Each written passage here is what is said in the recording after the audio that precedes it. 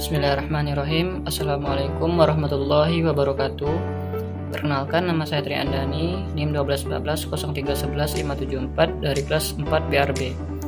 Baiklah, di sini saya akan mencoba menjelaskan mengenai tentang implementasi teknologi komunikasi.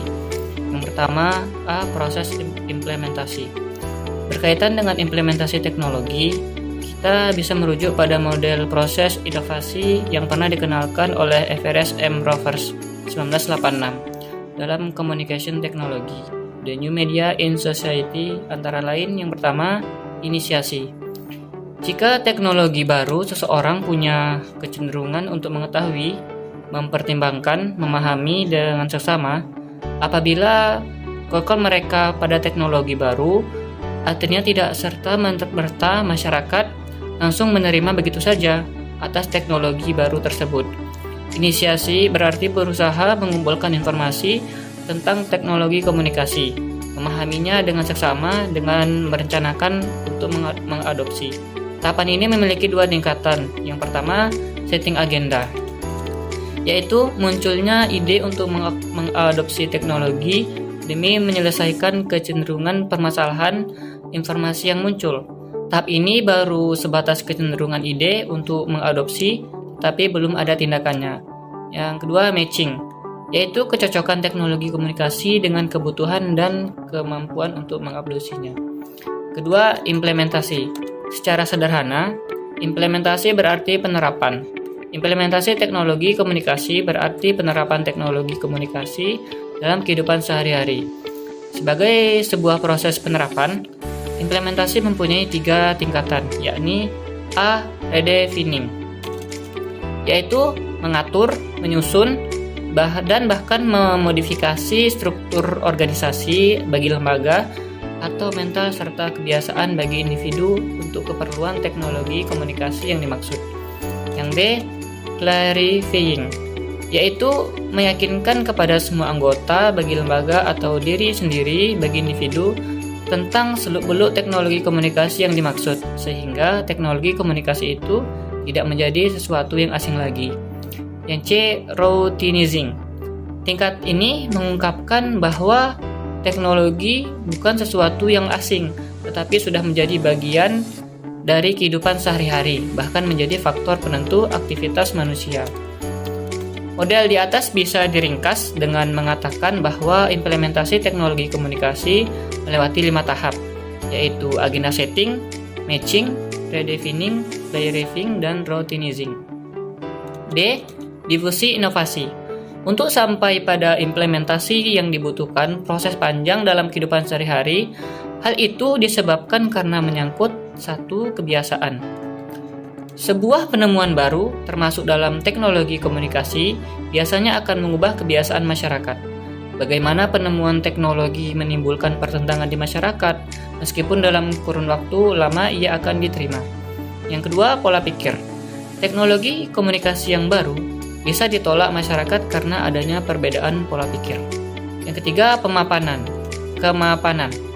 Kebanyakan orang senang dengan kemapanan. Begitu ada yang mengusiknya, ia akan melawan dan menolaknya. Teknologi tentu saja memiliki dampak positif dan negatif. Jadi, kemapanan sering membuat orang menolak sesuatu yang baru.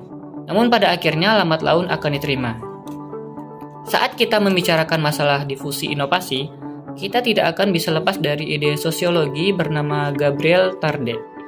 Dialah yang memperkenalkan istilah ini pada 1903 dengan mengenalkan kurva difusi yang berbentuk S atau Seifert diffusion curve. Kemudian, sejak dikenalkan oleh Tarde ini, difusi inovasi menjadi kajian penting dalam penelitian sosiologi. Everest M. Rovers pernah mengatakan, Tarde Seifert diffusion curve is current important because more innovation have a Seifert rate of adaptation. Perkembangan selanjutnya, Bryce, Ryan, dan Neil Gross 1940 pernah mempublikasikan hasil penelitian terkait dengan difusi. Mereka meneliti jagung hibrida para petani Iowa, Amerika Serikat. Penelitiannya menguatkan tentang difusi inovasi model kurva S. Kesimpulan dari penelitian Ryan dan Gross adalah the right adaptation of the agricultural innovation. Difusi inovasi terus berkembang, tidak saja penelitian bidang pertanian, tetapi juga pemasaran, budaya, sosiologi, antropologi, pendidikan, dan komunikasi. Menurut Everest M. Rogers, proses difusi inovasi memiliki 4 elemen pokok, antara lain A. Inovasi. Inovasi adalah gagasan, tindakan, atau juga bisa berarti barang yang dianggap baru. Kebaruan sebuah inovasi diukur secara subjektif menurut pandangan individu yang menerimanya. Karakter inovasi yang dirasakan oleh sistem sosial menentukan tingkat penerimaannya. 5 sifat itu antara lain relativitas keuntungan, kesesuaian, kerumitan, reliabilitas, dan kebiasaan yang diamati. B. Saluran komunikasi.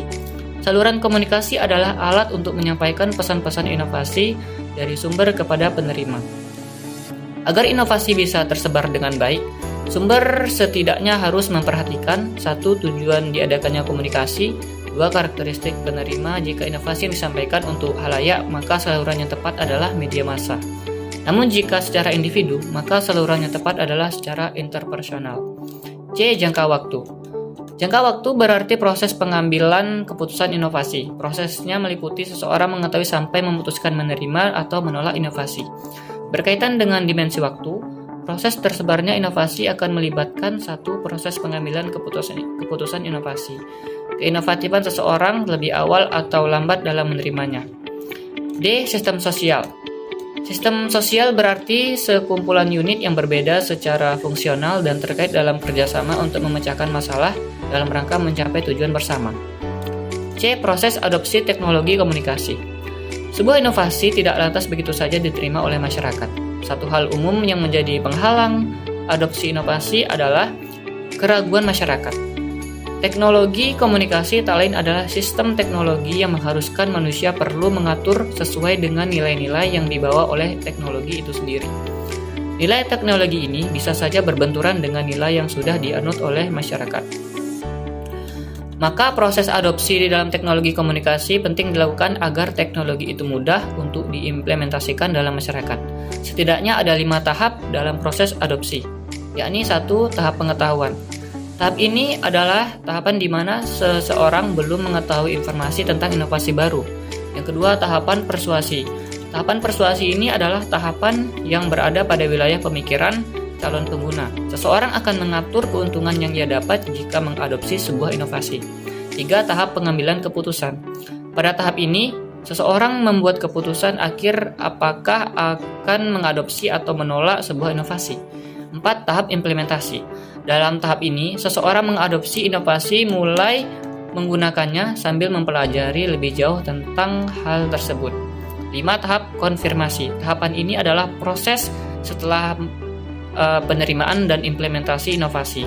Seseorang sudah membuat keputusan mencari pembenaran atas tindakan mereka. D. Kategori adopter. Munculnya kategori komunikasi baru tentu akan menimbulkan beragam tanggapan. Akan ada penerima yang berbeda satu sama lain, bukan hanya karena beda kepentingan, tuntutan, latar belakang individu, tetapi juga pengaruh sistem sosial budaya dan tujuan lain. Dalam kelompok adopsi inovasi juga berbeda. Proses penerimaan bisa dikelompokkan dalam tingkatan kecepatan penerima inovasi. Everest M. Rogers membagi kelompok adopter menjadi 5, yakni 1. Inovator. Kelompok ini adalah mereka yang pertama kali mengadopsi inovasi. Presentasinya 3%. Biasanya orang-orang terdidik, petualang cerdas, berani mengambil risiko dan punya kemampuan ekonomi tinggi.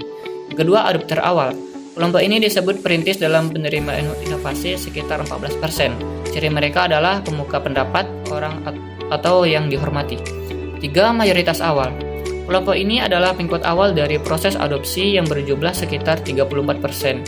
Cirinya adalah mereka penuh pertimbangan, kompromi secara hati-hati, dan interaksi internal yang tinggi.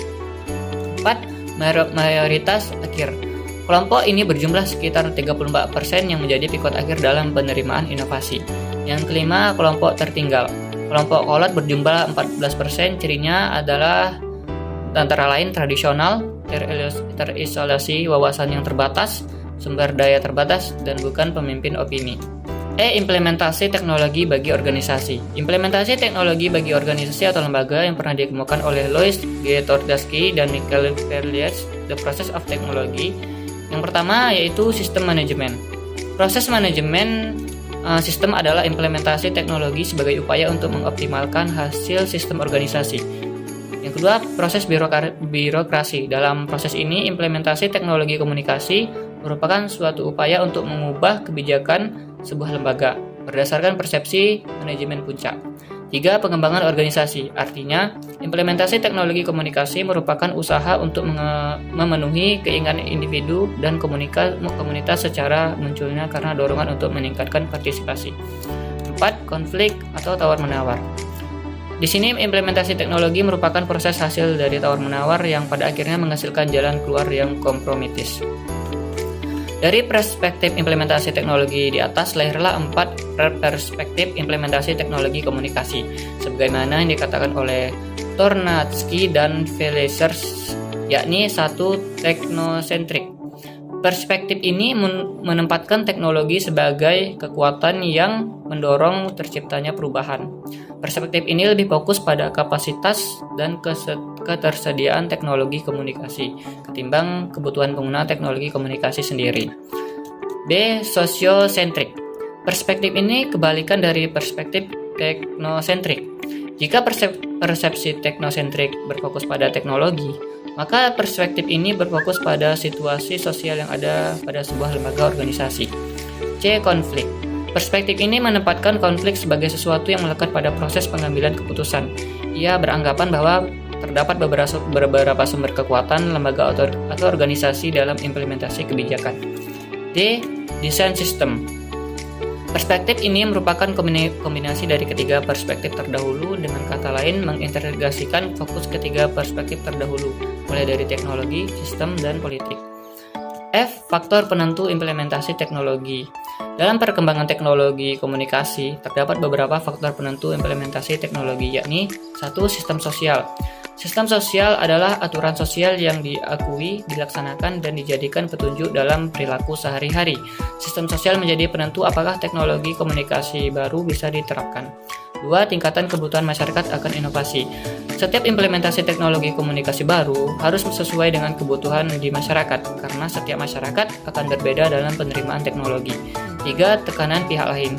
Penerapan teknologi bisa terjadi karena adanya tekanan pihak lain, baik dari individu, masyarakat, ataupun kenyataan. 4. Kesadaran individu. Implementasi teknologi juga bergantung pada kesadaran individu. Kesadaran ini berkaitan erat dengan kepentingan dan kebutuhan individu. 5. Kepentingan kekuasaan. Kekuasaan politik juga bisa menjadi penentu implementasi teknologi. Penerapan teknologi juga bisa karena paksaan pemegang kekuasaan. Baik, mungkin itulah yang bisa saya sampaikan tentang materi implementasi teknologi. Lebih dan kurang saya mohon maaf. Saya akhiri. Assalamualaikum warahmatullahi wabarakatuh.